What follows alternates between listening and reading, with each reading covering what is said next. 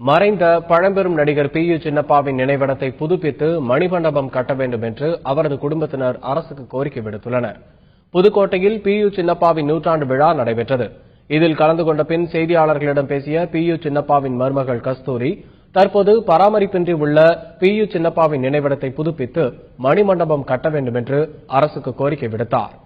வறுமையில் வாடும் தங்களுக்கு நிரந்தர வருமானம் கிடைக்கும் வகையில் வேலைக்கு உதவுமாறு அரசுக்கும் நடிகர் சங்கத்திற்கும் பி. யு. சின்னப்பாவின் குடும்பத்தினர் கோரிக்கை வைத்துள்ளனர். எங்க மாமனாருக்கு மணிமண்டபம் கட்டணும், சிலை வைக்க வேண்டும். அதில் ரெண்டாவது என் பிள்ளைங்கள்லாம் வேலை இல்லாமல் ரொம்ப கஷ்டத்தில் இருப்போம். எங்களுக்கு இருக்கிறதுக்கு கூட இடம் கிடையாது.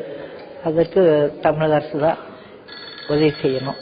நிறைய சொத்துக்கள் முடங்கி கிடக்கு, அதெல்லாம் வெளியில கொண்டு எங்களுக்கு எடுத்து எங்களுக்கு என்ன சேரணுமோ அதை சேர்க்கணும். பி. யு. சின்னப்பாவின் நினைவிடத்தை புதுப்பிக்க தென்னிந்திய நடிகர் சங்கம் நடவடிக்கை எடுக்கும் என்று தெரிவித்துள்ள அச்சங்கத்தின் துணைத் தலைவர் பொன்வண்ணன், தமிழக அரசுடன் கலந்து ஆலோசித்து பி. யு. சின்னப்பாவின் நூற்றாண்டு விழாவை சிறப்பாக கொண்டாடுவதற்கான முயற்சிகள் மேற்கொள்ளப்படும் என்று தெரிவித்தார்.